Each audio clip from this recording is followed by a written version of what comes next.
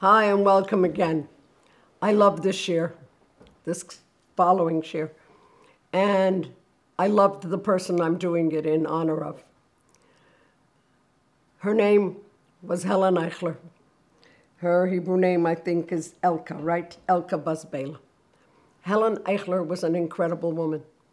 Helen Eichler was beautiful inside and out. Helen was always on the outside. I don't know what went on inside. Always with a smile, always happy, always making the other person feel good, always positive, always with a Gutzkeit. Helen loved Yerushalayim, and this is about Yerushalayim, so I'm so honored to do this in the schus of לעילוי נשמת עלקה bas Bילא, whose yahrzeit is Chav Beis Tevis. You will be seeing this on Yud Zayin Tevis. And now, Adam Harishon gets thrown out of Gan Eden. You know, it was 3 hours. The whole thing was 3 hours. If they would have lasted those 3 hours, the world would be a better place today. 3 hours, that was the whole thing. But it was set up. Listen, that's the way it works. There's good, and there's the Yetzer Hara, and there's the Yetzer Tov, and that's what happened. Now, let's a little bit see, where does Adam go? There is a day that immediately after he was thrown out, they were thrown out, they went to Hara Moriah to bring Korban. Why to Hara Moriah? Let's see where Yerushalayim comes into the picture. If I was you, I would write this because I think it's incredible. Adam nivra mimokem kaparosi. Adam, who was created of earth from everywhere, but the essence was from the place of his forgiveness. What does that mean? Mimokem kaparosi. He was created from the place of his forgiveness. So it's really very simple. He had in him, he was created from the place of the Mizbeach.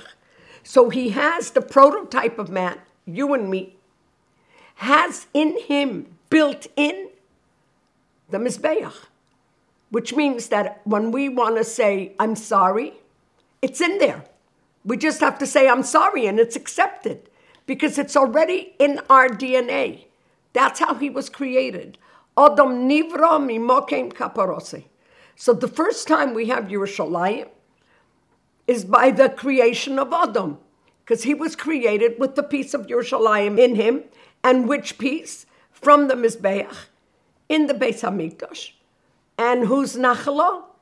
The Nachalo of Binyamin. We will talk about that soon. 10 generations after Adam comes Neach. And right after the Mabul, how many animals did Neach take into the teva? 7, right? 2 for procreation, and 5 for karbonos. Where was Neach makriv those karbonos? On Hara Moriah.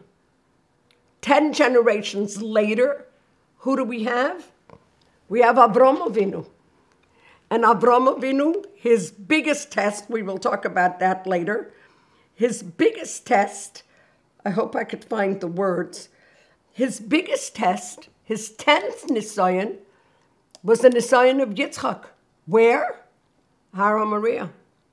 And so, Sovis the Rabbi Yosef, Rabbi Chanino says, Avram tikein tefillah shachris. Avram davened there the tefillah of shachris. Shenemar, it says, Vayashkem Avram babeker, and Avram got up in the morning. Elamokim asher omat shom, ve'ein amida elo tefillah. So Avram started shachris in Yerushalayim. Vayamed, then we have next, Vayotze Yitzchak lasuach basode, lifneis erev, ve'ein sicha elo tefillah. So by Yitzchak, that's mincha. Where? Hara Moriah. And then the day either Beis Kale or Hara Moriah of Yaakov Avinu, also in Yerushalayim. So you have Adam nivra mimokim kaparose, Neach, Avram, Yitzchak, Yaakov, all the tefillahs. So Yerushalayim has been part of our makeup, our DNA, from the time that Adam was created. Now let's look, and I love this concept. Let's look at Yerushalayim itself. You know that Eretz Yisrael, we'll talk about that also when it comes in historically. You know that Eretz Yisrael was divided by Gadol, but according to the way it had to be, different Nachlas to different Shvatim. Of course, Yehuda, who is Melech, Yehuda gets Yerushalayim, but not all of it. Please come with me, because I'm flabbergasted by this. In Yehuda's section of Yerushalayim of the Beis HaMikdash is Lishkas HaGozis. Lishkas HaGozis is the place of the Sanhedrin. Sanhedrin had to think about things. They had to cut the stone. They had to, Lishkas HaGozis, yeah? They had to think about it. They had to maybe sometimes compromise on something. But it had to be in the Nachla of Binyamin, which is in that same place, is the Mizbeach. And it's interesting. There's a difference between Yehuda and Binyamin. What is it that Binyamin didn't do that Yehuda did do? I know that you know it, but you didn't think about it because Binyamin actually wasn't born yet. When Yehuda and Yankov met Esav, they bowed to him. They had to make that cheshbon. That's the Lishkas HaGozis part. Binyamin didn't bow to Esav. Binyamin was clean. Why? Because he wasn't born yet. It doesn't matter, but he still didn't bow to Esav. He never had to do that switch. He never had to do that knetch. He was 100% pure. That's why the Mizbeach is in Binyamin's Nachla. When we came into Eretz Yisrael with Yehoshua, we were told to take 12 stones from the bottom of the Yarden that were not touched by human hands. Those 12 stones had no gozis in them. They were pure. There was no cutting.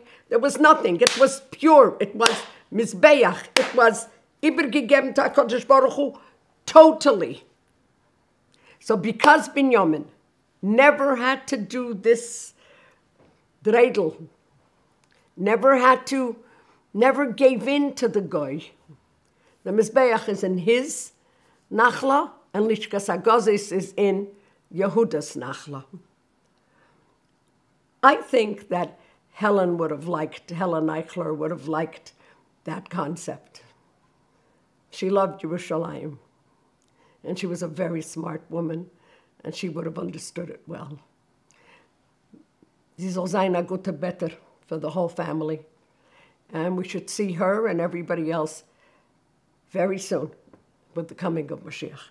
Thank you very much. Seid gesund.